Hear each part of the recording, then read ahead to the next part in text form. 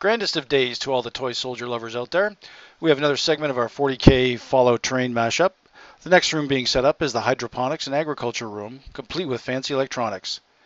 If you like what we're doing, throw us a like and subscribe. Check out our channel for the rest of the vids in this series. The Hydroponics and Agriculture room will be the circled room in our Fallout shelter. There are 14 sub-assemblies for this room, and you can see them all laid out here. The first bit to be installed is the vivariums, which contain some fancy blacklight effects and have been rationalized into the lore of the piece as self-sustaining. The light box was built with some UV light strips and plastic plants that look really good under black lights. Once the vivarium assembly is installed, the floor gets installed that lays out the rest of the floor plan. There is a small catwalk at the back of the room, giving the room a second floor. This gets installed next and fits neatly on top of the vivariums.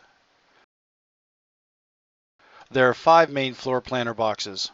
These first 2 are wired in parallel, and the wiring is directed to the sides so it can be buried within the inner shell's walls and lead to the back of the room.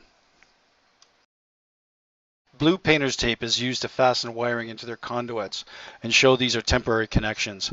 These will be replaced with masking tape after painting and detailing. You can now clearly see what the oblong shapes on the floor are for. They hold the raised planners in place so they can be removed for maintenance and painting. In the lore of the piece, the agriculture was sufficiently refined so as to require a minimum of soil, hence why they are so narrow. We are continuing to install the planter boxes. Each box has a color rotating LED to represent some electronic status of the planter, as well as overhead lights to increase the rate of photosynthesis that is beyond just the normal ambient light. Because of this room will end up being brighter than all the rest. That made sense to me when I thought about it, so I left the lights overly bright. The toughest part of installing these planter boxes is how thin the wiring on the overhead lights is. It's only 30 gauge wire, and that does not tolerate too much torque or stress. I ended up pulling the leads out on multiple occasions, and that resulted in much profanity. Aside from the finickiness of installing the planters, the effects are quite good. The light leaks from the planters will be fixed when we paint. With all the raised planters installed, we can now install the hydroponic shelf on the back wall of the second level. This area will have a ton more bits added during finishing. These will include gardening supplies, hoses, etc., etc. The monitor and climate sensors are the only reason why this room got its own Arduino. All the other lights are simply 5-volt powered LEDs. Interestingly, I used a dollar store strip of LEDs that are all pre-resisted. This saved not only money, but a lot of time when installing these strips.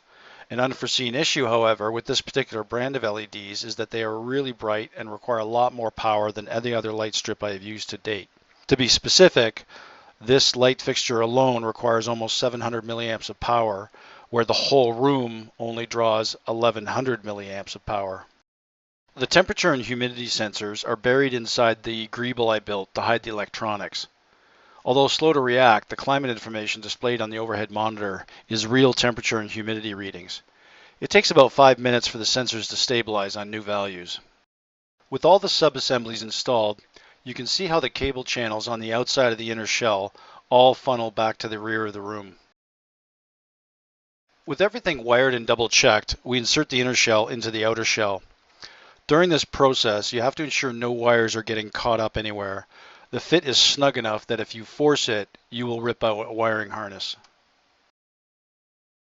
We can now see the room fully wired and ready for the first power up. Let's hit the go button and see how she looks. At this point during assembly, we're simply making sure everything works as expected and there are no light effects or shadows that we don't want. With our bench testing behind us, the room is now ready for installation into the mountain. This is done by screwing the drawer sliders to the room's outer shell. This process takes quite a bit of time and does not need to be done too often. This drawer will now likely stay in place until painting and detailing. Drop some comments if you wish to see any more detail in these videos or if you have any questions. We'd love to hear from you. The last step in installing the room is to hook it up to mountain power. The right side of the vault is called the eastern wing and powered by switch 4. With everything installed, we power up the mountain to ensure it works as it's supposed to, as well as looking for any light splash patterns that we don't like. Our room is now construction complete and ready for painting and detailing. Next up, the residential hall. Thanks for the time, and I hope we see you again soon. The Emperor wishes you a lovely day.